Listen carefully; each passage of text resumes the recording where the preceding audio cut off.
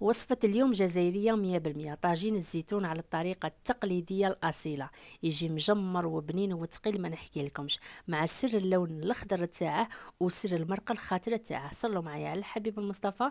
جاموا ابوني صفحة فاطمة الزهراء الجزائرية، وما تنسوش الدعاء لإخواننا في غزة، ربي إن شاء الله ينصرهم يكون معاهم. شوفوا معايا كيفاش يجي بنينة روعة. نحتاج هنا طاجين طين، درت فيه 3 مغارف ولا 4 تاع زيت زيتون، أنا استعملت أوليزوا يعطيكم ذوق شباب في الماكله تاعكم، ما فيش كامل لاسيديتي. درت طروفه تاع الدجاج وقليتهم مليح، لازم تقلوا الدجاج تاعكم مليح. درت معاهم حبه تاع البصل تكون متوسطه، رابيتها مع 3 سنات ولا 4 تاع الثوم. وعندي هنايا الكروطه ولا الزروديه 3 حبات يعني قطعتهم دي غونديل. عندي سكنجبير، الملح، فلفل اسود، والكاري تاع الدجاج، وشويه تاع الكركم مع ورقه تاع الرند. وهنايا لازم تقلوا مليح البصله حتى تذوب لكم وتتعسل بهذه الطريقه. هنا عاد باش تزيدوا بقيه المقادير، هذا هو السر تاع البنه تاعه. عندي الزيتون تاعي اللي كنت صمته في الماء، يعني خليته في الماء بليزيوغ فوا حتى اللي راحت لهذيك الملوحيه.